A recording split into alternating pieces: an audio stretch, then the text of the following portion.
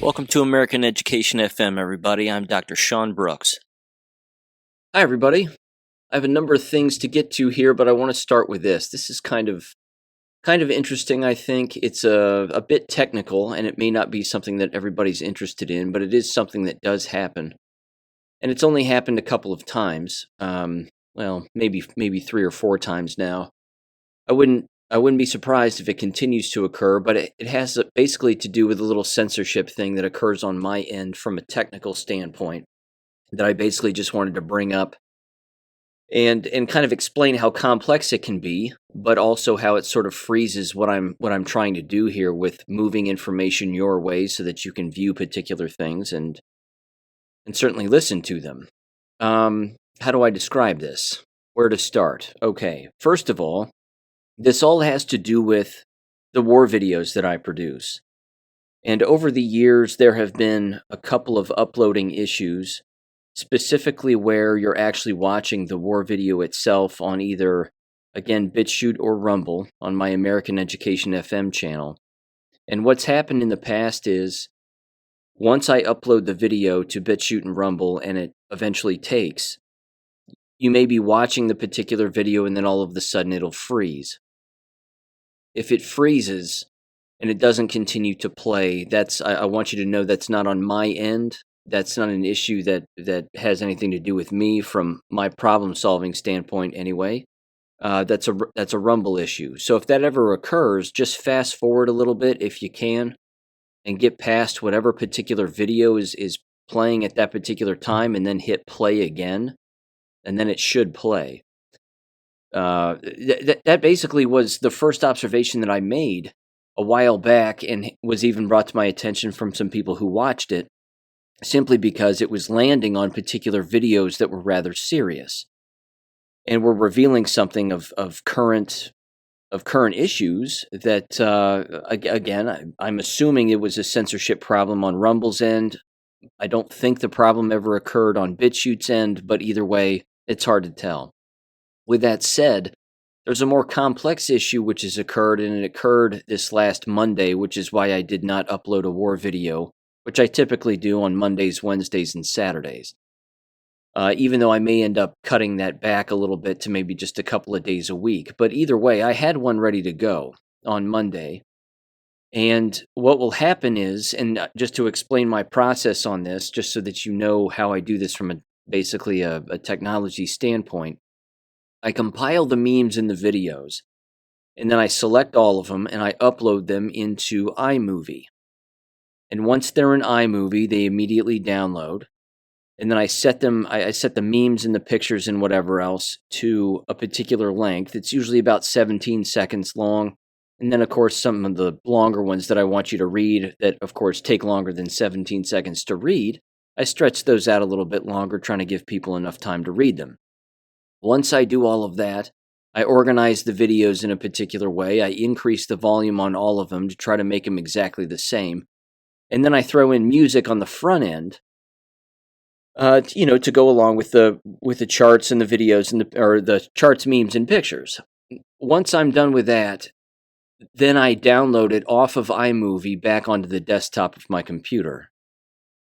What's happened, again, a handful of times, is it will say somewhere along the downloading process, even if it gets very close to the very end of the downloading process, which you can see, it will say download failed, something like that. Download or upload to your desktop failed. Then what happens is I'll click on details, and it will give me a frame per second number having to do with the exact location in the iMovie document where there is a file, and it's almost always a video file, that has been corrupted in one way or another. When this happens, the video that has been corrupted, of course, is not a video of, it's not a choice I have, but almost every single time the video that's been corrupted in one way or another is remarkably serious. And it usually has something to do with either a war crime that has taken place, in particular a recent war crime, or, again, something else that's remarkably serious. It's usually not some petty political back and forth debate or some comedy video or any of any of that stuff. It's usually something that's very, very serious.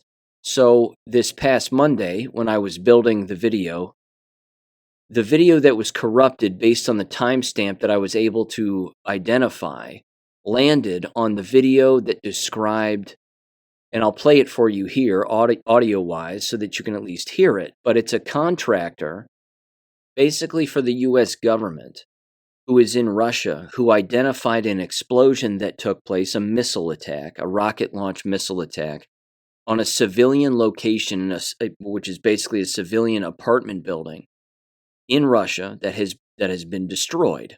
Certainly a great deal of it has been destroyed. Not the whole thing, but enough of it.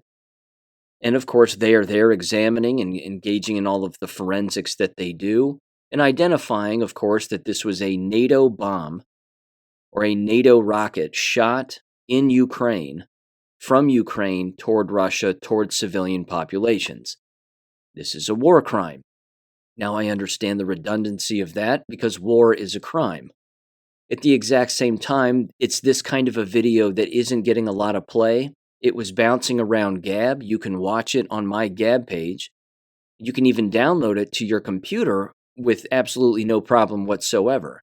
I just find it interesting that when I upload it into iMovie and then I try to download it from iMovie onto my desktop, I can't do it. And I have all the updated software on my computer. I mean, everything is up to date.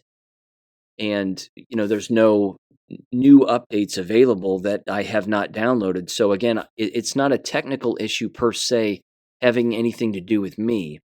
It's certainly someone is getting into these kinds of videos and corrupting them to keep them from being manipulated and or reproduced and then downloaded onto other platforms. So again, this particular file can be moved around a lot of different ways. The whole point is that when I was trying to build the war video, this was the video that wouldn't allow me to do it. I even deleted the video, and then it still wouldn't download, and then I deleted the rest of the files that were on there, and what I was still trying to download still wouldn't. So again, I don't know what's going on, but I just want to let you know that every now and again, if a war video doesn't pop up, or I don't tell you that a particular podcast won't air, if I don't give you an advance warning on that, understand that there's probably some technical issue that's taking place on my end, and I'm just trying to problem solve it the best that I can. That's all I'm trying to say. So anyway, here's the actual video. I'll play you the audio of the guy describing this rocket attack. And again, this is exactly what the enemy would want to censor, because this is kind of a big deal. And this is one of those things that should be making the rounds that, again, more people should be talking about, I think. But anyway, here's that video and here's that audio specifically in 3, 2, 1. This is a legal affidavit, an oral affidavit. My name is Scott Bennett, former United States Army officer, State Department counterterrorism analyst. This is an affidavit testifying that the area behind me is the place that was struck, the apartment complex, the civilian housing structure that was struck by American and NATO weapons. These are civilian targets. These are not military targets. As such, this is an act of terrorism. This is an act of intentional terrorism meant, designed, and orchestrated to exercise political extortion upon the Russian Federation. As such, this is an act in violation of the United States Constitution, the United States laws, the laws of the several states. This is also a violation of the United Nations Charter as well as the laws of war. This is an affidavit that will be sent to Speaker of the House Mike Johnson, Senate Speaker Chuck Schumer, the Senate Minority Leader Mitch McConnell. And as such, this is a notice that it must cease and desist the civilian targeting using American and NATO weapons, or else failure to cease and desist will constitute a continuation of war crimes. This is another angle. Just look at the internal world of these people that was suddenly shattered on this first floor, and then above them the second floor, and the third, and the fourth, and the fifth. You have books, you have towels, You have toys. You have cookie boxes. You have ironing boards. You have art. You have pictures. All of this shattered in an explosion done by NATO weapons. Now, at the bottom of the screen of this video, it says Ukraine uses U.S. weapons to strike civilian housing in the Belgorod region, Russia. And then this video was dated 6/15/24. So a few days ago, but this may have come from also a TikTok channel that is titled all lowercase TREVELLE_777. Again, you can bounce over to TikTok and see the video there too. It's also on my Gab page. So again, you can bounce over there and take a look at it also. But for some reason, I just can't move it around. Don't know why. Okay, there's that. Here's the next thing. On Wednesday, there's going to be another Substack that I've put together. I thought this particular subject was too important to skip, and it's too relevant, and it's something that's been going on for a very long time. Of course, it's its own form of brainwashing, but it's referred to as inoculation theory. And this is something that was developed back in 1961, and it's something that's certainly in play now. It's also referred to as psychological inoculation, which is the title of the Substack. It's also referred to as attitude inoculation. And again, what this has to do with is basically preloading a person's belief system by telling them that the thing that they have yet to hear, but will probably hear from an opposing viewpoint or an opposing person or an opposing party, is going to be something that's going to challenge their belief system and perhaps want them to change the way that they think about a particular issue or an individual or a group of people or a subject matter, whatever it may be. And then whatever you do, don't believe that person, because we're telling you in advance what it is that they're going to say. So we're going to basically warn you as to what we think it's going to mean and how it's being designed, again, to trick you. This is just classic manipulation. And this is, again, something that is constantly under attack, and it's constantly something that's being used against us.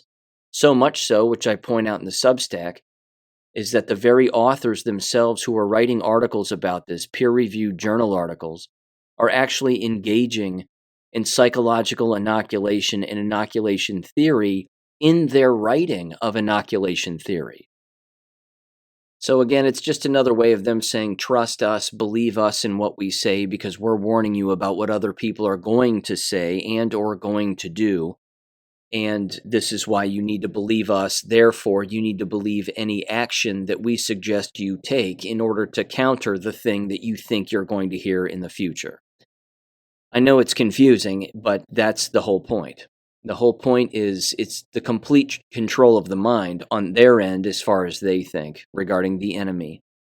The other example that I provide in the Substack article had to do with the last episode of The Last Time, which was just a couple of weeks ago when Jill Biden was on The View.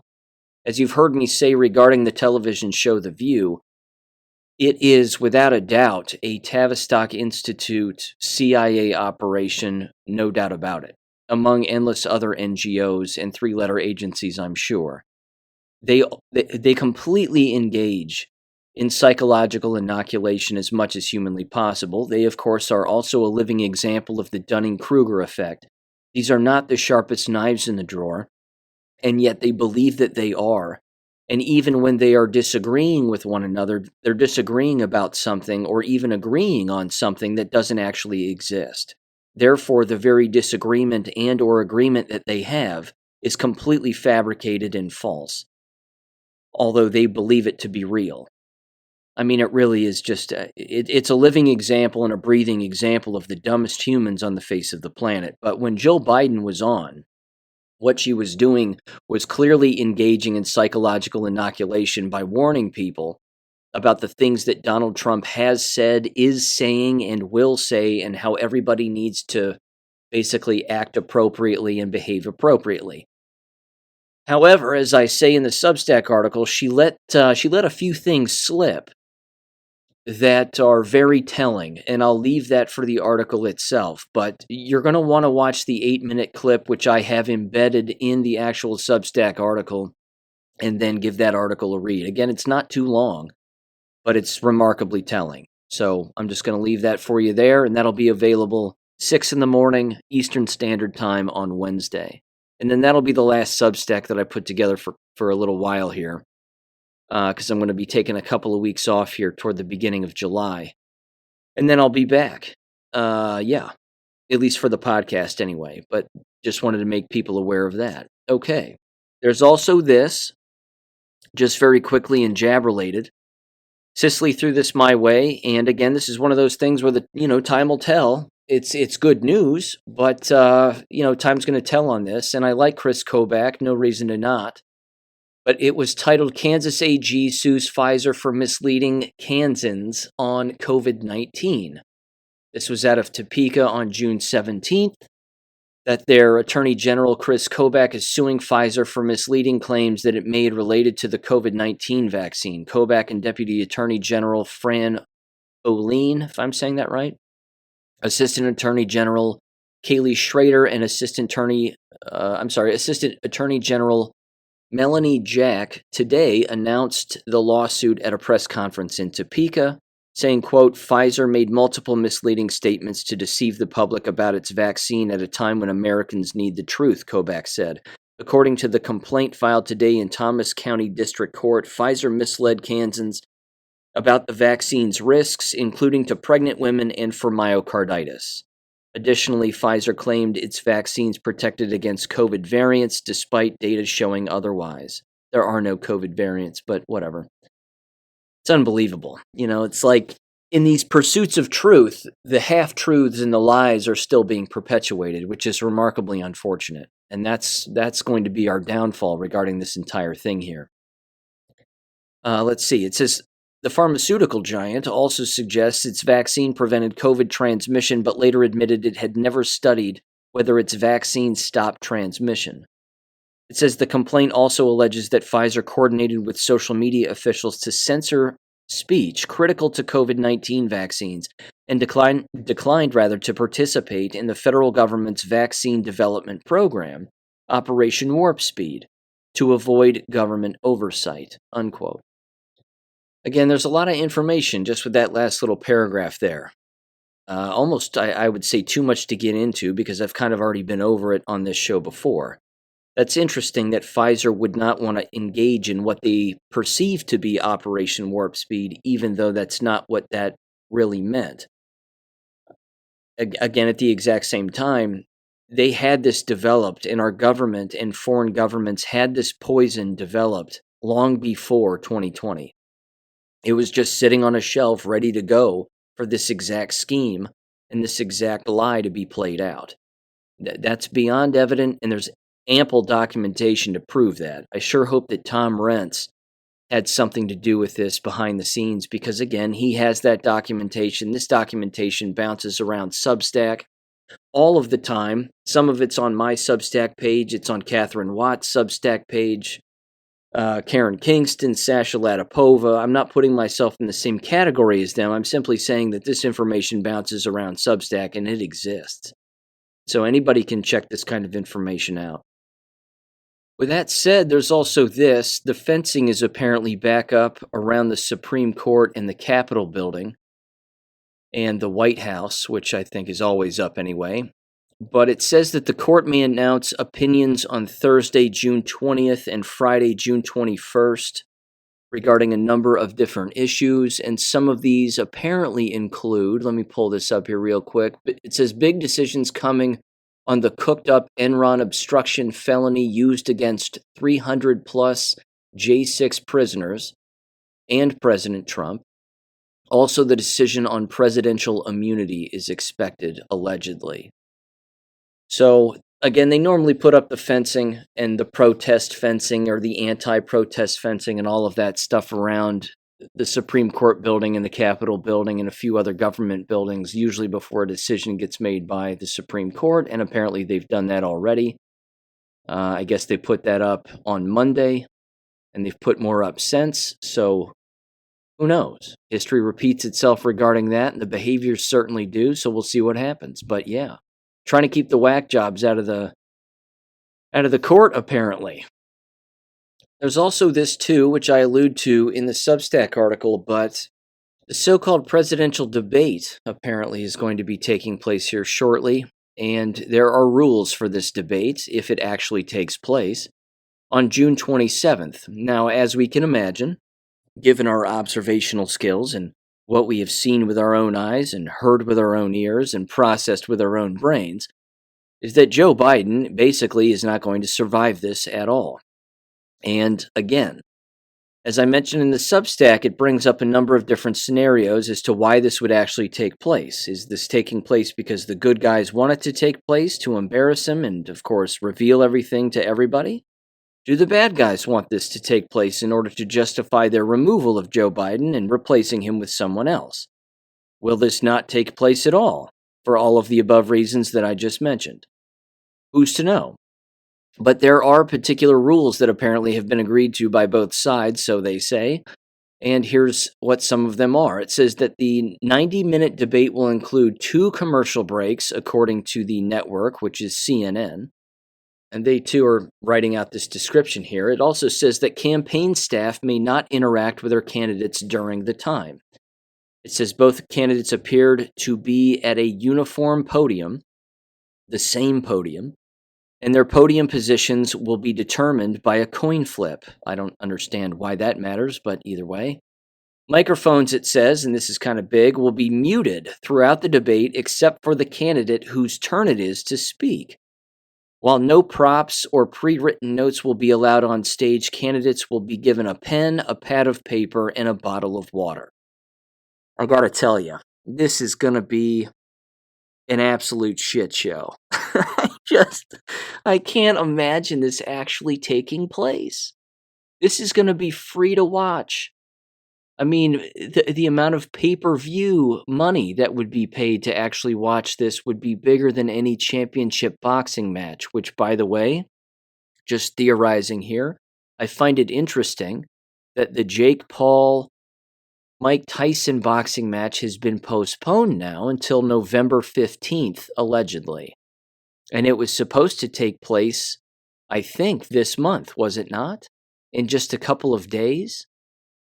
So again, is this all coordinated? I don't know. I know what the rumors said. The rumors said that Mike Tyson was on a flight and had a medical issue regarding some ulcer that he apparently has. There's been no real comments about any of that. There's been a lot of hush talk about it. And yeah, no video footage of Mike getting medical attention on a plane flight. But either way, I find it interesting. Again, do they want more focus on the debate and not the boxing match, given the fact that their proximity was supposed to be somewhat close? Unless, of course, the boxing match was supposed to be in July.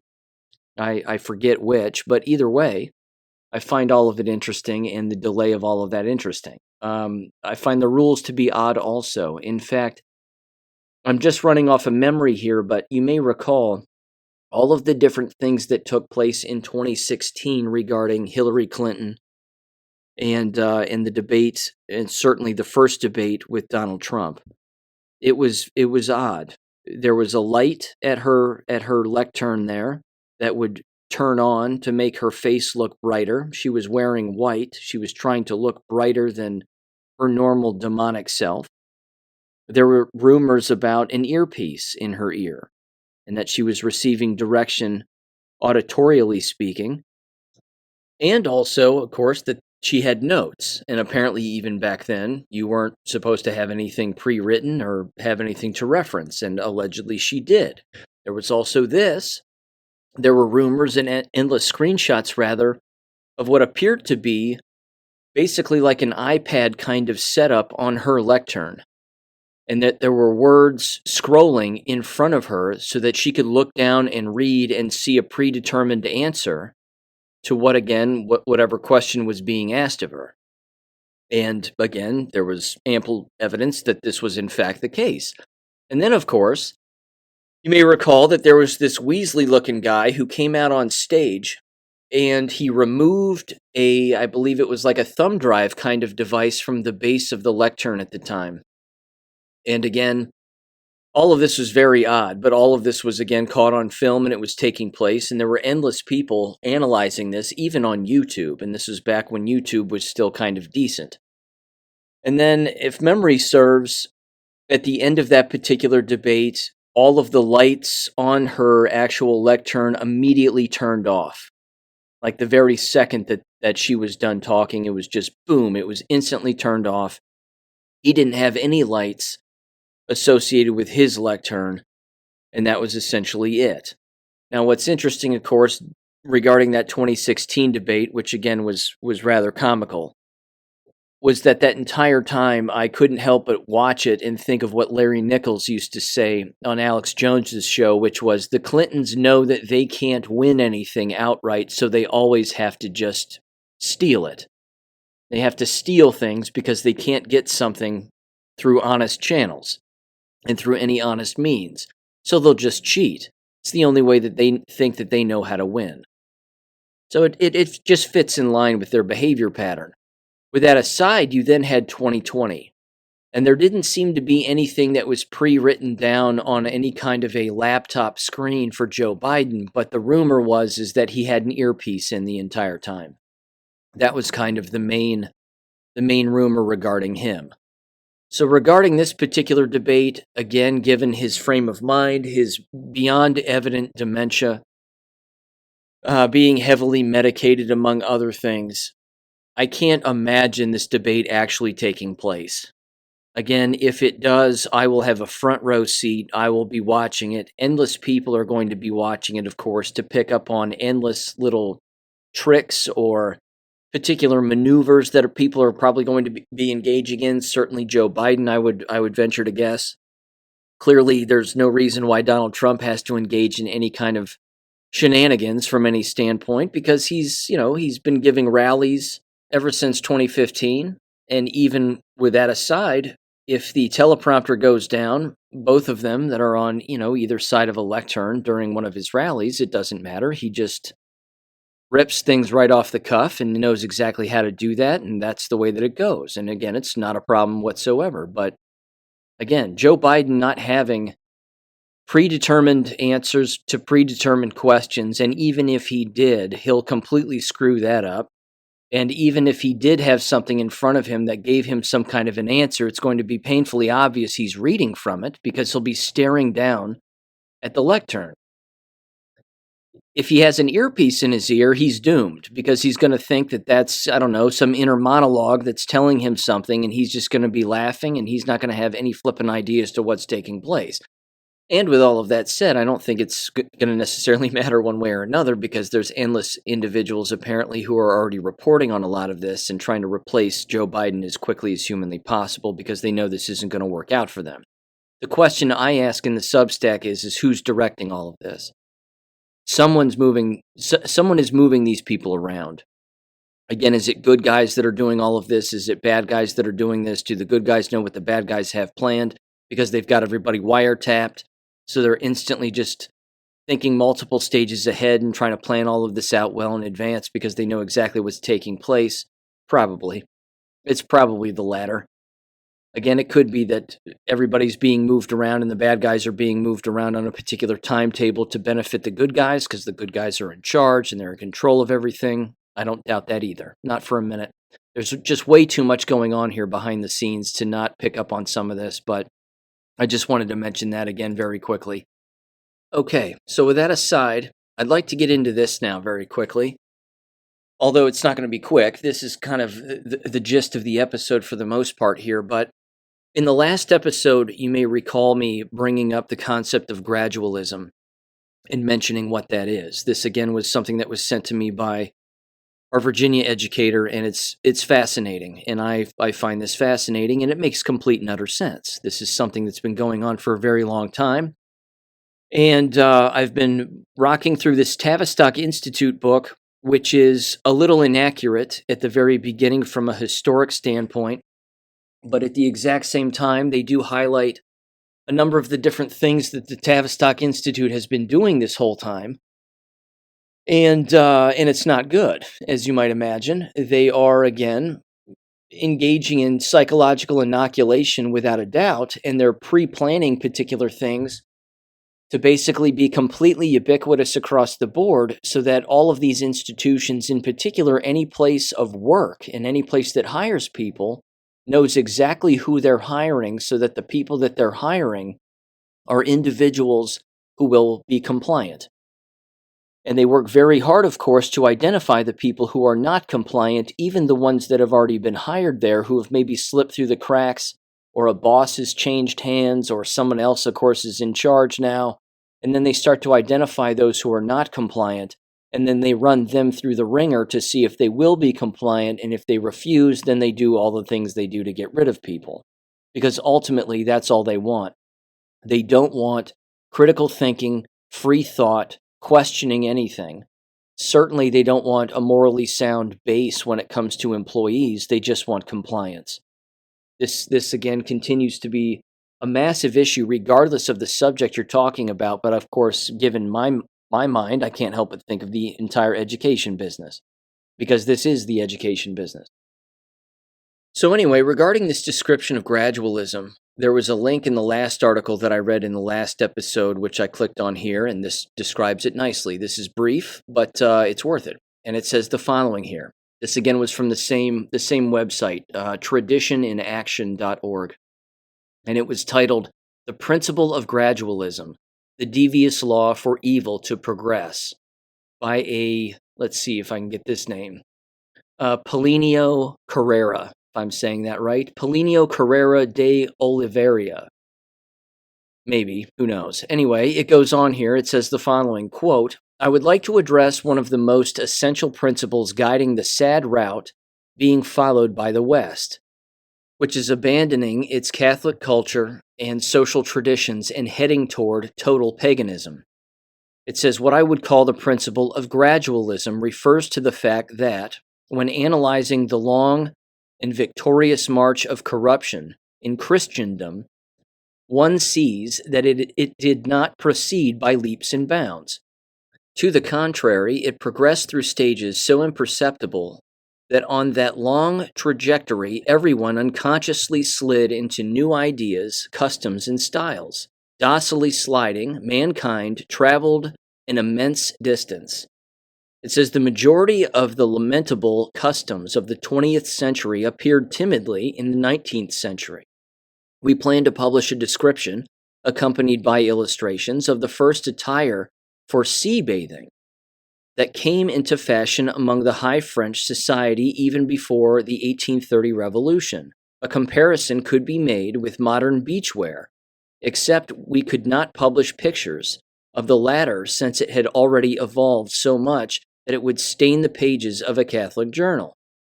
It says the discreet and noble ladies who initiated the custom of bathing on the French beaches would have been very surprised to see the beach clothes of the elegant society of 1920, and perhaps, in order to avoid such excesses, they would have even given up that custom still in its initial stage. In turn, what would the elegant bathers in 1920 say if they could see how their daughters and nieces would be dressing at the beaches in 1956? This preview probably would have raised a salutary reaction in them, but since no one foresaw such excess, the style continued along its course. Today, 1956, we can ask, how will things be in 1986? Any denunciation of this process that aims to raise a reaction has to take into consideration the principle of gradualism. Nothing seems more important than to understand how it works. So it goes on and says the gradual masculinization of women, which of course was described in the last episode, but it says today I deal more specifically with the masculinization of women, a phenomenon that's absolutely deplorable and ridiculous as the feminization of men. Well, there you go. We unfortunately see that too, don't we? Yep. If they had any idea that that would continue to be the case, and the soy boys would be everywhere, including those pretending to be girls, I mean, God help us all. Anyway, it says the first picture at the right shows two young ladies and a girl in a comfortable room in 1850, rather. The ambience in which they move is characterized by a note of gravity. The curtains are thick, the chair is grand and noble, the vase has strong defined lines and gold designs, a beautiful carpet covers the whole floor. At the same time, the colors, which unfortunately our picture does not reproduce, are cheerful. The curtains are of a very, rather light blue, almost aquamarine. It says the seated lady, who seems to be a visitor, wears a beautiful dress of spring green and a white jacket. In her hair are some roses. The standing lady wears a brilliant lilac silk dress. The girl's dress is white with red trim and ornamented with red ribbons. The same color is repeated in the ribbons in her hair and braids. It says the mixture of gravity and charm characterize well the ambience of family life in those times past. In it, the women could fully expand the precious qualities typically of her sex: sweetness, affability, charm, goodness, and distinction. It says the features of the three persons in our picture are relaxed, calm, and brimming with affection, indicating a relationship deeply marked by the best of feminine suavity and delicacy. They seem to find themselves in their proper element for the natural and instinctive practice of the Christian duties of spouse, mother, and daughter. Just in a short time later, the masculinization began, although timidly. In the two young women in the second picture, one sees the beginning of an audacity, hardness, and forwardness that contrasts with the first picture. One has the impression that regarding home life, something very profound, although still very discreet, has taken place inside these ladies. To these women, the home seems somewhat insipid. They exhibit a manifest pleasure to be out in the streets, to face unexpected things, to have adventures. In short, to lead a life that already is not entirely turned toward the pleasure of the family. The tenor has changed, and their more agreeable moments are those passed in promenading anonymously among the crowds. The more masculine hats, the dress styles, and above all, the expression of the ladies denotes this well. In the third picture, we find a modern youth in a modern ambience, 1956. If her hair were short, it would be not easy at first sight to tell if she would be a man or a woman. Although all of her pores she breathes the taste for adventure, for the battles of a life similar to that of a man, which demands the development of typical masculine qualities. A little more and the masculinization will be as complete as possible. But someone might ask, what is wrong with this? It is easy to respond. Here we find an evil similar to that which we would manifest itself if today's men would dress and live like the ladies of our first picture. Purely and simply, it is a monstrous subversion of the natural order." Unquote. Yeah, and that was published, ladies and gentlemen, in 1956. And it can't be more accurate as to what, of course, we've been seeing this entire time. And I could spend endless episodes telling you personal stories and 1,000 other things regarding this subject. It really causes me to have PTSD like nobody's business. It's just awful. It's beyond awful. It rips people from being the thing that God intended them to be. And again, this is exactly what the Tavistock Institute and institutes like it have in mind. And I want to read a little bit from this book now, because you're going to think of a lot of different things when you listen to this description. But let me make a couple of corrections here regarding the author. Again, I read the author's previous book, which was titled The True Story of the Bilderberg Group. It was a fascinating read, and it was frightening. Again, endless people have died exposing the Bilderberg Group back in the day when it was relatively secretive, and it, of course, still is, and they just met like a month ago or so. And again, these are horrible, horrible people who get together and basically plan how they're going to manipulate those who live in the world, i.e. us. But the author, Daniel Estelin, if I'm saying his name correctly, and again, the book is titled Tavistock Institute, Social Engineering the Masses. he makes a number of historic inaccuracies and is incapable rather, of making some blatant connections that need to be made. For example, he very loosely uses the term Nazi Germany, which would indicate that he has no real grasp of accurate German history, or he perceives them to be the tyrants that the mainstream media and the Tavistock Institute themselves would lead people to believe, which of course was not the case.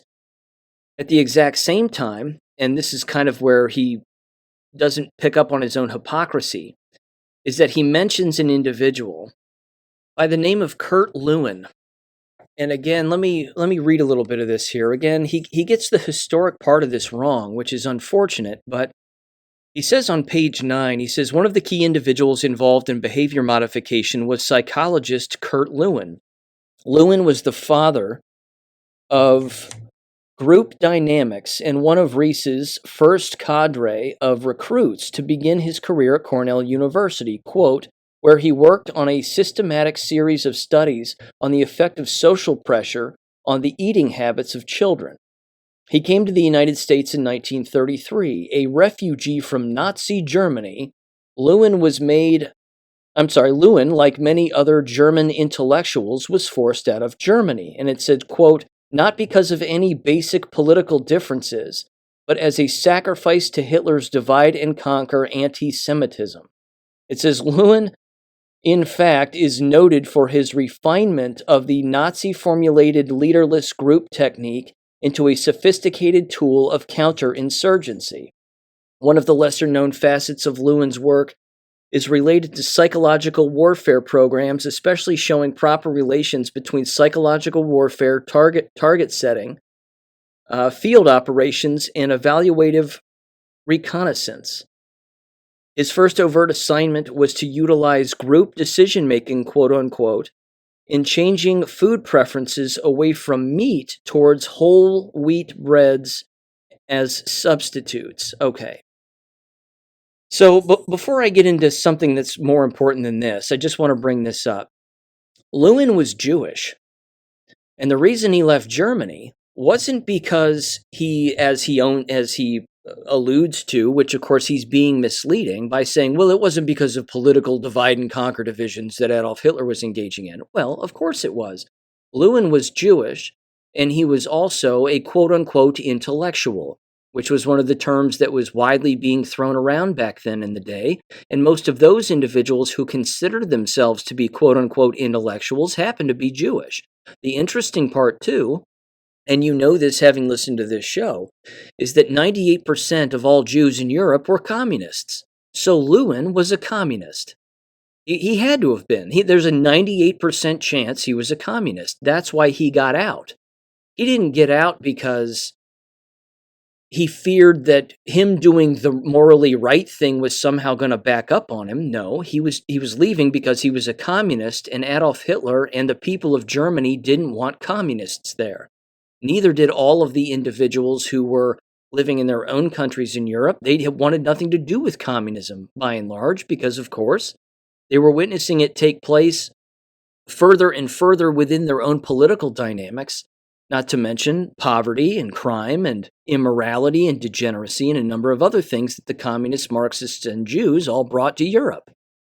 So, excuse me, with all of that aside, though, the hypocritical part about what he mentions is he says that about Lewin. He goes, well, he left because he was escaping Adolf Hitler. But don't worry, he came to America and started to do a bunch of terrible stuff, which he does say, and which he did, that this is where all of this came from. All of this Tavistock Institute stuff came from, much like what would you call it? Much like the Frankfurt School, certainly, and much like any other institution in the United States, it came, including NASA and Project Paperclip, it was communists from Europe and Germany that were leaving those areas and then spreading their communism other places. So while he's blaming Adolf Hitler, who didn't like Lewin and people like him for the things that they were doing, and rightfully so, he still says, well, Lewin was escaping the fascism of of quote-unquote Nazi Germany, which of course is not a place. There's just Germany. So again, with all of those historic inaccuracies aside and the inability to make that very basic connection as to who he was and why Lewin was leaving Germany, it wasn't, again, because he was, wasn't because he was a good person. It's because he wanted to come to the United States and pervert everything over here. And look what's happened. And of course, they started in the university setting as per the Frankfurt School. So, I mean, there you go. Anyway, here's what this says. This is on page 12. And there's 4 points here that I want to read. I think there's 4. Yeah. I want to read this because this really describes endless avenues that exist within the United States, of course, and around the world within endless places of employment in an absolute nutshell. And it really is incredible. And this, again, is exactly what the Tavistock Institute has been up to since the mid-1900s, post-World War II, because that's who created it. It was post-World War II, Freemasons, Jews, the banking industry, and all of the control apparatus that certainly exists that we're still fighting today. It says the following here. It says the specific topics towards the establishing of fascism, as he says, which is not what this is, with a democratic face are as follows. Now, this is where Estelin gets this wrong. This is not fascism. What this is communism. This is Marxism. This is Bolshevism. That's what we're experiencing. We're not experiencing fascism. The definition of fascism is the exact opposite of communism, Marxism, and Bolshevism. Anyway, with that historic inaccuracy aside, here's point number 1. It was titled Area Population and Psychological Studies. It says, during World War II, the Anglo-American Psychological Warfare Services developed a number of studies of specific neurotic susceptibilities of various national cultures. The most famous of these was the so-called Strategic Bombing Survey. It was conceived as a basis for coordinating Allied bombing of Germany with propaganda and other psychological warfare campaigns against the morale of various enumerated strata of the Third Reich's population, and was the precursor of CIA-led Vietnam's Operation Phoenix, which was a genocide operation in South Vietnam against supporters of Viet Cong. In a nutshell, Strategic Bombing Survey mapped out the best ways to destroy the morale of the civilian population at the lowest cost. Again, I could spend all day on that alone from the German perspective, but Germany did the exact same thing in Britain. Germany threw endless leaflets all over Britain to do whatever they could to convince the German people that what they're reading in the newspaper is false, that the newspaper is run and controlled, certainly by the Jewish lobby and, of course, the Jewish bankers. Now, there's a side note here, and I want to read this. This is not in the Tavistock book. And trust me, I'm going to get to the last 3 points in that and further discuss it, but there's an important history lesson here, and I never read this on the show, even though I put it out on Gab, but I want to read it now. I'm sure you're aware, at least hopefully you are, that the German army and the German government themselves dropped leaflets that were translated into English by the Germans and then again dropped wherever the Allied forces were, whether it be again in Britain itself, which did happen, where German bombers would fly over and not bomb them at all, but just drop leaflets and say, look, you need to stop this. We don't want to fight you. This is not a war anyone needs to die in. Just everybody settle down, stay where you are, and everybody will be just fine. They're more descriptive than that, which I'll read here in a second, but they were also dropped on Allied forces once Allied forces made their way into Europe. And here are 4 pages that I'm going to very quickly read that describe some of these leaflets, and they're actual pictures of the actual leaflets. It says the following. It says, you have been trapped. On one of these pages in big bold letters, it says, you have landed on the continent to face the armed might of Germany, but not for the benefit of Britain. Your country will gain absolutely nothing from this struggle, no matter how well you may fight. The Bolshevists alone will profit by your sacrifices. You have been trapped into risking your life for but one purpose, the Bolshevization of Europe. Consider these points and ask yourself, why should you fight for Stalin? Another page said, invasion, why? It says, have you any clear idea of the purpose of the attempted invasion of Western Europe? One thing is certain, the Allied casualties are and will continue to be enormous, although the amount of territory captured will be small. The only strategic effect that the invasion could have would be to lessen the resistance of the Germans in the East. If this plan succeeds, Bolshevism would triumph over Europe and triumph over Britain as well. The next page, page 3, said, why die for Stalin? It says, in dying for Stalin, your soldiers are not dying for democracy, or the preservation, rather, of the democratic form of government. They are dying for the establishment of communism and a form of Stalinist tyranny, throughout the world. Furthermore, they are not dying for the preservation of the integrity of small nations, England's old war cry, but are dying so that Poland shall be a Soviet state, so that the Baltic states shall be incorporated in the Soviet Union, and so the Soviet influence shall extend from the Baltic to the Balkans. It says, every British soldier who lays down his life in this war is not only a loss on his own country, he is a loss to the common cause of European civilization. Germany's and England's quarrel is a form of traditional rivalry. It is more in the nature of a private quarrel which Germany did not seek. The Soviet Union's quarrel, however, is a quarrel with the world. It is a quarrel with our common heritage and with all those values, moral, spiritual, cultural, and material, which we have, all of us, Englishmen and German, alike, recognized, cherished, and striven to maintain, it says. It then says in bold letters, to die for the destruction of these values is to die in vain. Stalin, with all the diabolical power of communism behind him, is seeking to profit from Britain's and Germany's preoccupation. The amount of influence which Britain can exercise on Stalin can be measured by the latter's undisputed claims to the sovereign territories of other nations. The only controlling influence left on Stalin is the strength and tenacity of the German Wehrmacht and the European volunteers who support Germany in her fight for the survival of Europe and its position as the cradle of our common civilization. Every British soldier who dies for Stalin is another nail in the coffin of Britain's hopes of maintaining a quote-unquote balance of power in Europe. It then ends here on page 4, and it says, should the equilibrium, quote-unquote, pass to Stalin, then the equilibrium of the world is at an end. And then in bold letters it says, those who are about to die, think it over, exclamation point, unquote.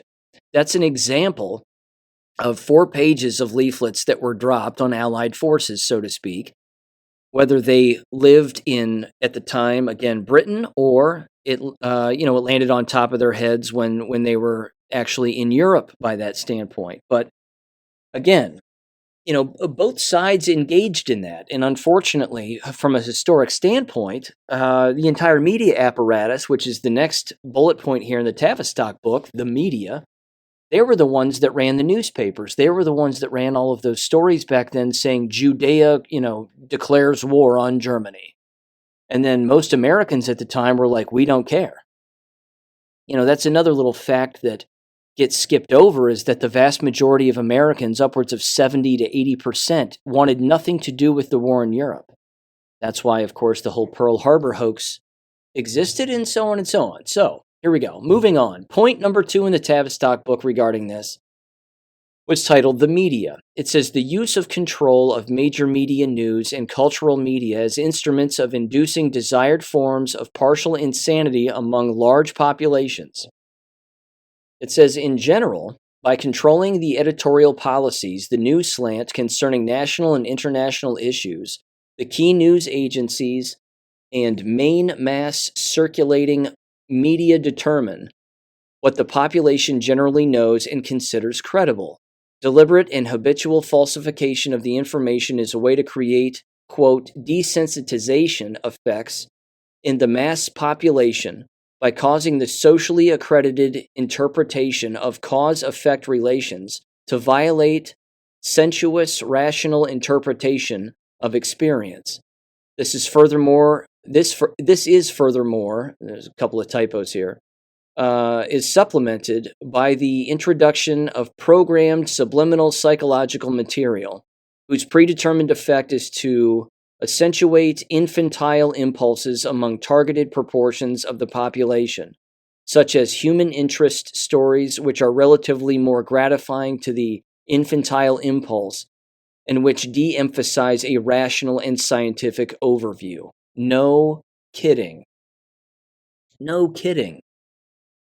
If that doesn't define, the nightly news in the area where you live on a constant basis, I don't know what does. You ever watch the show The Five on Fox News? You talk about infantile news and an infantile show. Of course, The View is the quintessential example, but there are endless examples. I would say that The Five on Fox News is equally as stupid. These people sit around a table, they yell back and forth. There's an alleged token Democrat at the table. The rest of them are playing conservative. No one's telling the truth by and large. And then at the end of the episode, they usually engage in some puff piece or some, feel-good story, or don't worry, we all have a sense of humor, we're all on the same side kind of thing. And it's just pathetic. And again, it's completely disingenuous. None of it is authentic and none of it's real. Here's the third point. It was titled Local Community Control. Now again, this is this is where you should start to think about workplaces and how and why people are hired and how it's agreeableness that they're looking for. They're not looking for individuals who actually take a stance against a bad idea. They're individuals, again, who are specifically brainwashed into finding people who simply agree with them no matter what. Again, this should define, of course, the entire education business, and it should define just about any other business you can possibly imagine. So again, number 3, local community control. It says, quote, the object of local community control, even though it says fascism here again, he's completely wrong on that definition. It says counterinsurgency tactic is to fragment the subject population into relatively hermetic political groupings, narrowing the scale of the groups by separations according to race, sex, language background, regional background, national origin, recreational interests, age groups, and neighborhood.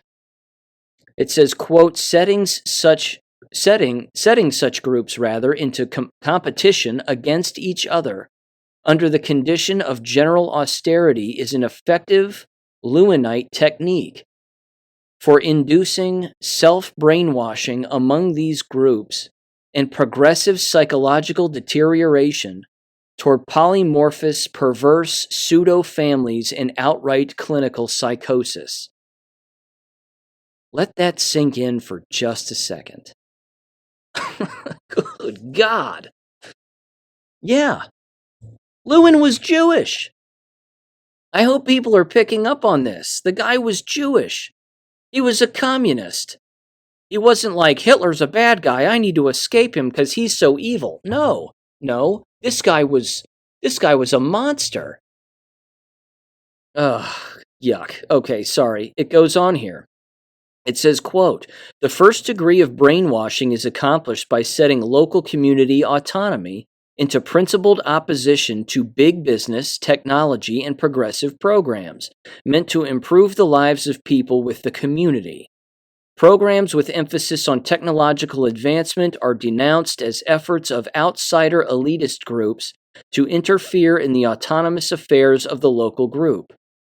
At that point, the community group has become functionally semi-psychotic and clinically paranoid as a group. I hope you're thinking of COVID now. That's where my head just went. It goes on. Mask wearing, shot taking, distancing, plastic bubbles everywhere, dividers, all that horseshit. It says, to the extent that the members restrict their social identity to within such a group, The effort to adjust to the group ideals induces corresponding pathological states in the member. It then says, quote, it says by setting such groups into competition and by splitting the group internally through sex, race, income, etc., the paranoia is infested. The movement toward semi-psychotic is increased. It then says, as smaller and smaller subgroups within the community find themselves in cutthroat hostility toward one another. This pretty much describes the entire purposeful division of the whole COVID lie. Right down to it, right down to a T. This was Tavistock instituted also. But again, the Tavistock Institute now, although they still exist and are filled with just ball-busting women and gays like you wouldn't believe, at the exact same time, their philosophies, specifically derived from Lewin and the rest of these Jew communists, has been infiltrated within almost every working environment and every political avenue, that it's ubiquitous across the board and it's just common speak now. It's complete common speak. Again, if we're going to see something change in the future permanently, you can kill a tree one of two ways. You can burn it to the ground, but once you do that, the roots are still alive, so it will still come up to the surface eventually. Or you burn it to the ground from the top down and you dig the roots out permanently from the bottom up and then fill the hole with concrete. It's really the only way you're not going to have the return of all of these trees, metaphorically, that have been planted all over the United States, which again is satanic. It's Bolshevistic. It's communistic Marxism, and it's Jewish. That's what all of this is. Here's the last point that they make. Point number 4. The application of task-oriented small group brainwashing techniques to leaderless groups. Again, I hope you're thinking of the education system. I hope you're thinking of endless working environments. You could pick one. It says, quote, these groups operate on the basis of an environment of reduction in real income levels and working conditions. Under the conditions of austerity, the brainwashing consists in getting the workers to, quote, make up for part of the lost standard income rates by ingenuously speeding themselves up, by recycling the employed and the unemployed, and large-scale relocation programs and introduction of quote-unquote group work incentives, and performance reward competition among competing groups transforms the small production team into a potentially self-brainwashing group. It says, quote, under these conditions, semi-psychosis and psychosis cause the group to voluntarily attain degrees of intensification of labor which cannot be forced from sane labor. The members of such self-brainwashing leaderless group work teams emulate the racehorse syndrome, quote-unquote, driving hysterically toward literally suicidal work pace. It then says Tavistock Institute and University of Pennsylvania are two of the best-known centers where such experimental practices existed, I assume. The sentence ends there. But that describes it to a nutshell. And it's just not, it's not just university settings, but it's in the university settings where they're teaching these people to just sit, listen, do, and then report back, and then turn in, and then leave, and then come back. They're not teaching them to think. This is again why you get some of the pushback that exists among professors and students in those environments, because someone will actually have a question to ask. They'll ask it, and then the person that they're asking, i.e. the professor, 9 times out of 10, not the good ones that are out there, but most of them are horrible. Those are the ones, again, that are looking back at the student with anger and looking back at them and essentially saying, well, why are you asking me that question? almost as if to say, you're not supposed to be asking questions. You're not supposed to be thinking. I'm at the front of the room. I know everything. You know nothing. This is part of it. And then before you know it, there's a paper that gets misgraded, or there's a complaint that gets made, or, the individual gets beaten down to the point as a student where they just comply. And this is part of the psychosis too. This is part of the purposeful brainwashing of all of this. It is conform or die. This is what they're selling people. And it's the conformity that is killing people. That's the irony in the whole thing. I mean, it's the conformity that defines the screaming and the shouting and the illogical behavior that you see all over the landscape, certainly in political avenues, but even in just basic society. Again, take myself for example, just very quickly one more time. I can walk into any room, whether it be a city council, a school board meeting, whatever, and I can tell them what they're doing wrong. And I can tell them why they're all sick and why they all feel bad and why they can't get rid of that cough. But they're all going to look at me like I'm nuts. And they're not going to ask any questions. So much so that city councils, county commissioners, and school boards, in particular, all of those avenues where the public can show up and speak to them, they purposefully have it in their policy to not engage in a dialogue back and forth with the public. That policy alone is Tavistock Institute. That defines them. Don't engage with the public. Allow them to say their piece because they have a constitutional right to. But don't engage with them because we are the ones who control everything. We are the most knowledgeable, not them. There's no way that they could be knowledgeable. The reason you hold your position is because you are the most knowledgeable. It's impossible that it could be the other way around. And they literally believe this. These people who hold these positions actually believe this, certainly the vast majority. It doesn't matter, again, if you come up with all the credentials from here to Timbuktu, and you tell them all your credentials, or you walk up and you simply say, I'm an American and I know more about this subject than you do, so please listen because I'm about to tell you something that you don't know anything about. Even if you didn't preload it with that, and you just told them the truth about something for which they know nothing about, they wouldn't even consider it because they've been brainwashed into not considering an alternate point.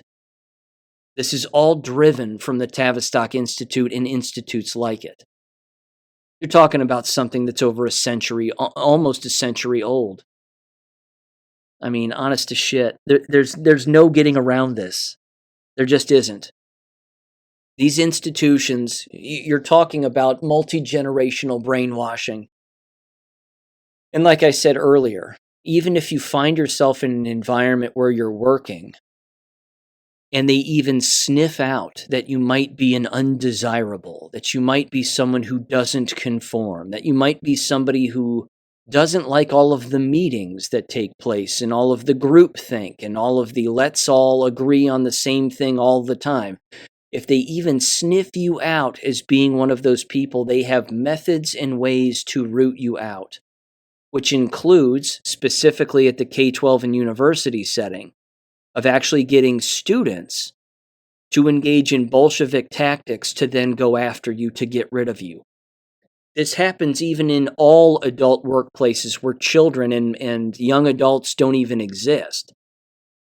Doesn't matter what line of work it is. You can pick one. You can sit in a cubicle all day long. That goes on in those environments also. That's why the movie Office Space is so perfect for a variety of reasons. I mean, that entire movie defines a lot of this also, even though it's a comedy movie. It's actually a horrific movie. It's super funny, but it's super depressing because it's true. So, yeah. Doesn't matter how much, people pat themselves on the back or butter themselves up or tell themselves that they're doing a good job. If they started to realize that they are in the matrix in a way that is over a century old, and let's face it, it's at least 200 plus years old, this entire matrix. Of course, it's longer than even that. But even so, if they even could grasp the depth of this manipulation then I mean, they would have what I had, which was a complete breakdown, and then they would have to leave the environment, which I did, and thank God for it, because it saved my life, just like it saved the lives of endless people.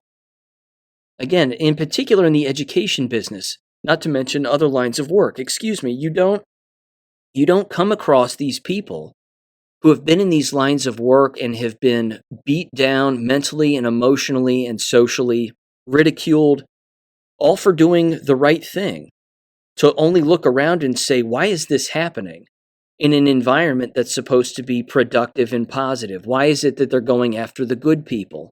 Well, the answer to that is in the book. It's in this book, and it's simple, and I just read it to you. It's because they all have orders. It's because they have policy that they have to follow. So what was once an order is now a standardized policy across all of these institutions and across all workplaces. Again, it defines a human resources department. Human resources departments are basically the fingernails on the hand of the Tavistock Institute and NGOs like it. By the way, in my last Substack, where I was talking about or I referenced and cut and pasted an article describing the Tavistock Institute, you may have noticed that in that brief description, they openly say this is not just some left-wing thing. This is on all spectrums of the political landscape. And they even reference, you guessed it, the Heritage Foundation. That the very Heritage Foundation that I've been bringing up on this show is a part of the Tavistock Institute. Well, of course they are. They're predetermining what they want to see with all three-letter agencies and departments regarding the next administration.